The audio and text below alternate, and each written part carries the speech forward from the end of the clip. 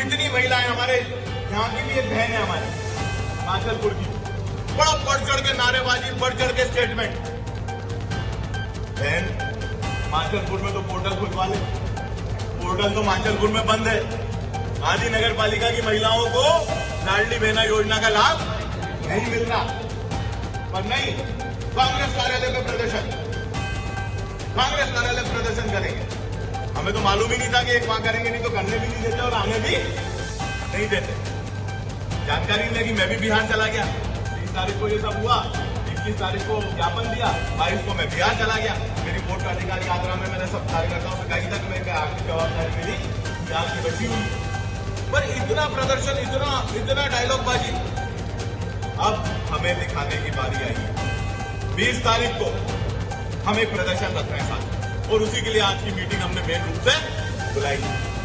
20 तारीख को हमने 5 मुद्दे जिले के सब वरिष्ठ नेताओं को बिठा के छाटे।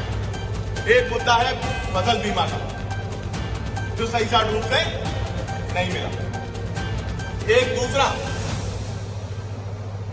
दूसरा जो मामला है वो है पीला मोजा लगा हुआ है और आपका सोयाबीन की फसल में भारी बारिश से नुकसान। तीसरा मुद्दा है खाद की किल्लत। चौथा मुद्दा है लाडली बहना योजना का पोर्टल बंद होने। अब हम सब कांग्रेसी हैं। हमारी नियत क्या थी? क्या नियत थी कि कर्जा माफ करेंगे? हमने घोषणा करी थी। पहले साल में हमने 50,000 का कर्जा माफ किया। भाजपा ने क्या कहा कि एक भी आदमी का कर्जा माफ नहीं हुआ। यही कहते हैं ना कमलनाथ जी ने। दूसरे साल में हम 1 लाख रुपए तक का कर्जा माफ करने लग गए, और अगर हमारा दूसरा बजट आ जाता तो उसी साल में हम 2 लाख रुपए का बजट भी, 2 लाख रुपए तक का भी कर्जा माफ कर देते। पर इनने हमारी सरकार गिराई, करोड़ों रुपए लगाए, क्योंकि इनको मालूम था किसानों का कर्जा माफ हो गया तो भाजपा साफ हो जाएगी। राहुल गांधी जी ने शब्द पकड़ के ये बात कर रहे हैं। राहुल गांधी जी ने कहा था कि अगर 10 दिन में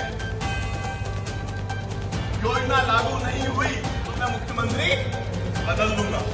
17 तारीख को कमलनाथ जी ने शपथ ली दिसंबर की 2018 में, और 25 तारीख को मंत्रिमंडल ने फैसला कर दिया कि 2 लाख रुपए तक का कर्जा माफ होगा। ये भाजपा ही कहते हैं कि नहीं कहते। और अब क्या हो रहा है?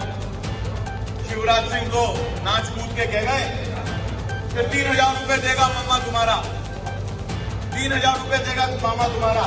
और मोहन यादव 3,000 रुपए की बात आज तक नहीं करी, और ये हमें बदनाम करते हैं। ये इनसे लागू होता है। उनके चुनाव के 6 महीने पहले दोगे 3,000 रुपए देने, तो आज से देना शुरू करो। बहनों ने सरकार बनाई तुम्हारी और तुमने बहनों को ठगा। भाई सबों को जवाब कौन देगा? कांग्रेस ही जवाब देगा। मेरा निवेदन है, निकल के अगर हम चुपचाप बैठे और पान की दुकान पे बात कर रहे हैं तो नहीं। मैसेज जाए पूरे मध्य प्रदेश में, राजगढ़ से मैसेज जाना चाहिए कि महिलाएं चिल्ला के कह रही हैं, बहनें चिल्ला के कह रही हैं कि पोर्टल खोल। बता मोहन सरकार कहां गए मेरे 3,000? ये नारा हमें जुड़वाना है, क्योंकि ये धोखा है हमारी बहनों के साथ। कौन देगा? कौन राशि देगा? आपने ठगा है, आपने धोखा दिया है, आपने झूठ बोला है। ये जनता के बीच में हमें उजागर करना होगा, और ये सच है। हमारा सच इनने झूठ बनाया, और इनके झूठ को हम झूठ को कम से कम साबित करें कि हमारा लक्ष्य होना चाहिए। निराश्रित गौवंश की क्या परिस्थिति है? 5वां मुद्दा बताओ तो मुझे। निराश्रित गौवंश में एक गौशाला हमारी सरकार गिरने के बाद बनी हो। 15 महीने में 40 गौशाला बनी है। बनी कि नहीं बनी? और जैसी सरकार गिर गई, एक भी गौशाला नहीं बनी। गौशाला संचालित होना बंद हो गई। एक गौशाला में तो सरपंच की भैंसें बंधी थी, भाजपा का नेता है वो। गौशाला के अंदर बंधी हुई, और कलेक्टर साहब चुपचाप।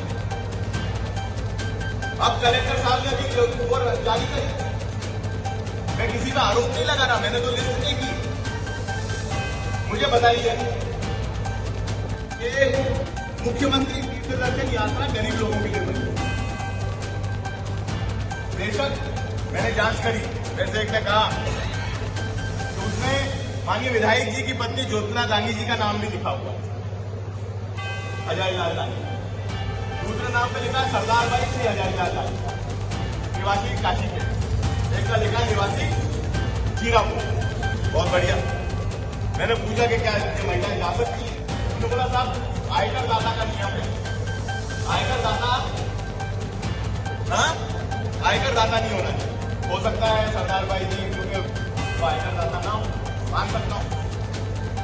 ज्योत्सना जी पहले शासकीय सेवा में थी, हो सकता है वो भी उनकी पेंशन अगर 12 लाख से कम आ रही हो तो वो भी आयकर दाता की श्रेणी में नहीं आती।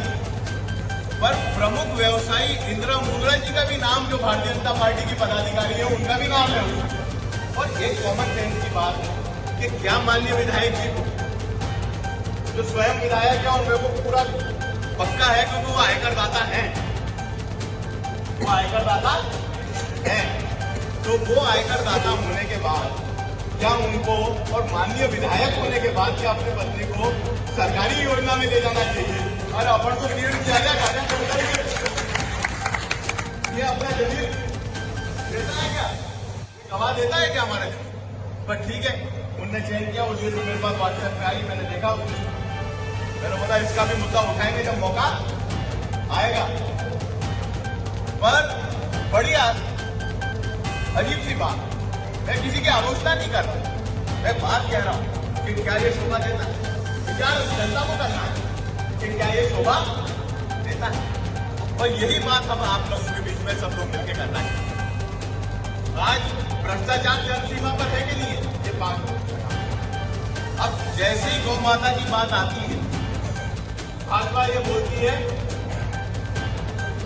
चुप्पी सी जाती है, ये कहते हैं गौ माता की जय, गौ माता की जय। अरे हाँ ठीक है, तो उनके संरक्षण के लिए क्या 15 करोड़ रुपए भी विधायकों को मिले, 15 करोड़ रुपए स्टैंप ड्यूटी, एक गौशाला 40 लाख रुपए में बन जाती, एक साल का पैसा 20% पे 30% पे लोगों ने, सरपंचों ने लिया। ये पब्लिक डोमेन में बात, प्रूफ देने की आवश्यकता नहीं, सब जानते हैं, आम जनता जानती है बात।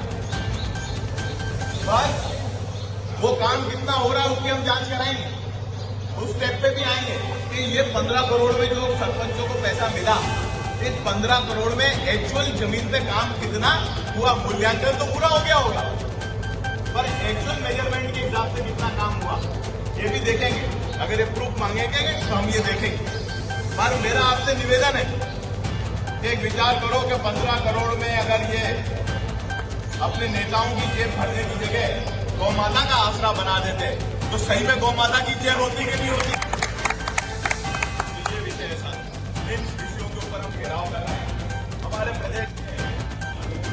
हमारे प्रदेश के जो मुखिया हैं जीतू पटवारी जी, वो इसमें आएंगे, हमारे नेता प्रतिपक्ष उमंग सिंगार जी आएंगे, और हमारे एआईसीसी के प्रभारी आदरणीय हरीश चौधरी साहब भी इस कार्यक्रम में आएंगे, आज जयवर्धन सिंह जी भी आएंगे, और भी माननीय विधायक और पदाधिकारी इसमें शामिल होंगे। मेरा ये निवेदन है कि जवाबदारी हमारी बनती है। अगर आपने लाडली बहना का मामला उठा दिया आज, मैं कांग्रेस पार्टी के कार्यकर्ताओं से निवेदन करता हूं हाथ जोड़ के कि ये मुद्दा अगर ढंग से उठ गया तो जो आपको जो इनने दलील किया है कई किसान का माफी पे, उसका मुंहतोड़ जवाब देने में आप लोग कामयाब आपके हाथ में। मैंने लागत देखी, हमारे जितने भी पंचायत स्तर में काम करने वाले कार्यकर्ता, कुछ सरपंच वर्तमान में भी है, कुछ हारे भी है, कुछ जीते भी, जो हमारी ऐसी बहनों को आइडेंटिफाई कर सकते हैं जिन्हें इस योजना से वंचित रखा गया। मैक्सिमम हमें उनको राजगढ़ लेके आना है और उनसे कलेक्ट्रेट में आवेदन दिलवाना है। इसके लिए लिस्ट बनाओ और दूसरी लिस्ट हमारी उपस्थिति। और मैं निवेदन कर रहा हूं, कोई भी हो कृपया अकेला ना आए।